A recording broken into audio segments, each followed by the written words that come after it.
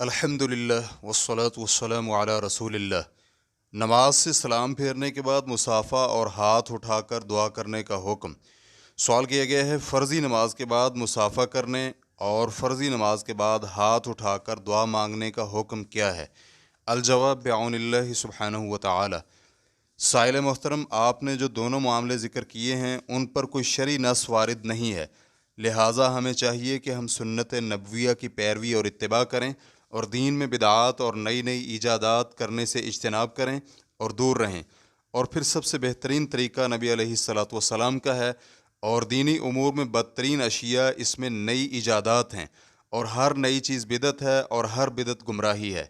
اللہ رب العزت آپ کو اور مجھے توفیق عطا فرمائے۔ آپ کو علم ہونا چاہیے کہ نہ تو مسلمان کا اپنے بھائی سے مصافحہ کرنے میں ممانعت ہے اور نہ ہی اللہ عز و جل سے دعا مانگنے میں کوئی ممانعت پائی جاتی ہے، لیکن اگر ممانعت ہے تو نماز سے سلام پھیرنے کے بعد یہ دونوں کام کرنے کے وقت میں ممانعت ہے، اور اس پر ہمیشگی کرنے میں ممانعت پائی جاتی ہے۔ اس لیے اگر وہ اذان اور اقامت کے درمیان جیسا کہ حدیث میں اس وقت دعا کرنے کا استحباب پایا جاتا ہے دعا کرے، یا پھر مسجد میں آنے جانے والے سے مطلقاً مصافحہ کرے، یا پھر کسی بھائی کو کئی دنوں کے بعد ملے تو اس میں کوئی حرج نہیں ہے، لیکن مستقل بنیادوں پر ہر نماز کے بعد مصافحہ کو خاص کر لینا صحیح نہیں۔ واللہ تعالی اعلم۔